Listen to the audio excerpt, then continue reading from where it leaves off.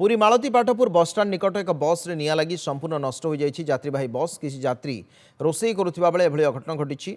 अक्लांत परिश्रम पर निया को संपूर्ण आयत्त करिसेंति अग्निशम कर्मचारी। बसटी मालती पाटपुर बसस्टाण्ड रे निया लागिथिबा गाड़ीटी बोली जଣାपड़िछि। या पश्चिमबंगर बोली मध्ये जଣାपड़िछि। गाड़ी भितरे ड्राइवर जनक रोषेई करुथिबा बेले निया लागि जाइथिला। गाड़ीटी को बसस्टाण्ड बाहर को अणाଯାई जातीय राजपथर एक कड़र रखाई निया लिभा कार्य करा। अग्निशम बाहिनी पहुंची निया को आयत्त करिसेंति। 2 यूनिट दमकल गाड़ी निया लिभा कार्य नियोजित होते। ड्राइवर को अटक रखी पुलिस पचराउचरा करुछि। कोनोसी यात्री आहत होई नथिबा सूचना मिलिछि। बसर प्राय 80 भाग जली जाइथिबा जଣାपड़िछि।